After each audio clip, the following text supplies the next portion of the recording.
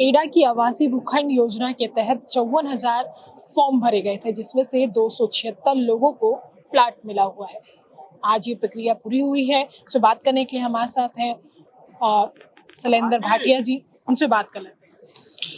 ये RPS 09 scheme थी जो 276 प्लाटों की थी और इसका जो क्षेत्रफल था वो 200 वर्ग मीटर का था।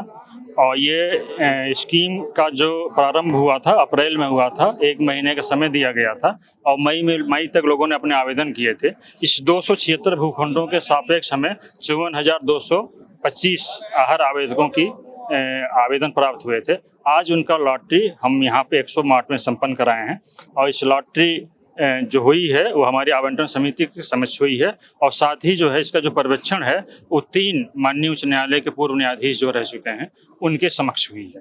जस्टिस भवर सिंह साहब, जस्टिस अनिरुद्ध सिंह साहब, जस्टिस अल्लाह रहम साहब। और साथ ही जो है ये पूरी प्रक्रिया की वीडियोग्राफी कराई गई, फोटोग्राफी कराई गई और विभिन्न चैनलों में इसका सजीव प्रसारण किया गया। जो लोग सफल हैं उनकी सूची आज शाम तक प्राधिकरण की वेबसाइट पर अपलोड कर दी जाएगी। जो लोग असफल हैं उनके जो पैसे हैं, उनसे जो रिफंड है वो नेक्स्ट 48 जो वर्किंग आवर है उसमें हम उनको वापस करेंगे। मंगलवार तक ये पैसे सारे रिफंड हो जाएंगे।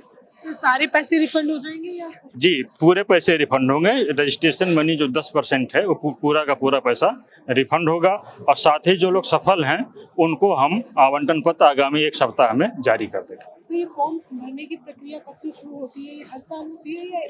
ये भूखंड की उपलब्धता पे है। हम कभी कभी 1 साल में 2-2, 3-3 स्कीम्स ले आते हैं। अभी हमारा लैंड एक्विजिशन की प्रक्रिया चल रही है। आगामी दिनों में सेक्टर का बहुत अधिक विकास हो रहा है और एक रेजिडेंशियल सेक्टर हमारा 5 है जिस पे हम लोग काम कर रहे हैं। आगामी दिनों में हम और नई स्कीम लेके वहाँ आएंगे और लोगों को फिर अवसर मिलेगा यहाँ पे बसने का, क्योंकि यहाँ पे कई ऐसी चीज़ें आ गई हैं कि जिससे जो है लोग आकर्षित हो रहे हैं। इसमें यहाँ नोएडा इंटरनेशनल एयरपोर्ट जेवर है, इंटरनेशनल फिल्म सिटी है, यहाँ पे मेडिकल डिवाइस पार्क है, ढेर सारे इंडस्ट्रियल सेक्टर्स हैं, क्लस्टर्स हैं। तो एक वाइब्रेशन यहाँ पे अच्छा डेवलप हुआ है और लोग आज चाहते हैं कि वो यहाँ पे आएँ। यही कारण है कि 276 के अगेंस्ट 54,000 लोगों ने यहाँ पे आवेदन किया था। सर, जो प्रक्रिया है उसमें ये भी सवाल उठते हैं कि कहीं ना कहीं धांधलेबाजी की जाती है, आरोप भी लगाए जाते हैं लोगों के द्वारा, उसके लिए क्या कहना चाहिए? मैं बड़े दावे के साथ कह सकता हूँ कि ये पूरे भारत की सबसे ट्रांसपेरेंट और फेयर लॉटरी सिस्टम है।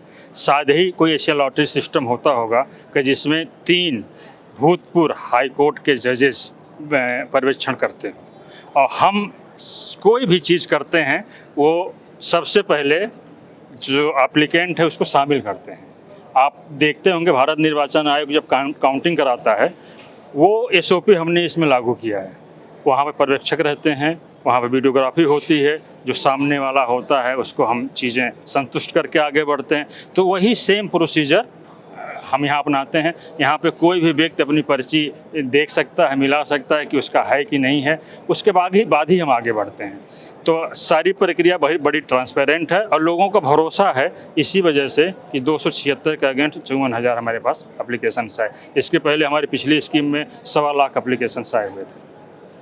सर, ये जो प्रक्रिया है वो कैसे की जाती है? कैसे लोगों को पता चले कि ये फॉर्म कैसे भरा जाता है? ये हम एक स्कीम निकालते हैं और ऑनलाइन ये होता है और हम इसका जब स्कीम निकालनी होती है तो हम इसको अखबार के माध्यम से, विभिन्न समाचार चैनलों के माध्यम से और प्रकाशित करते हैं, पूरे भारत में प्रकाशित करते हैं कि जिससे जो है सारे लोग इसमें एप्लीकेशन इसमें डाल सकें।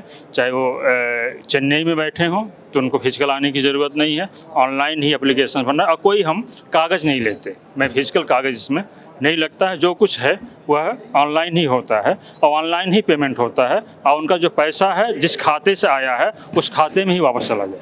सर, देश का किसी भी कोई भी नागरिक इस फॉर्म को भर सकता है या सिर्फ नोएडा या यूपी? नहीं, देश का कोई भी नागरिक जो भारतीय सिटीजन है वो इसमें पार्टिसिपेट कर सकता है।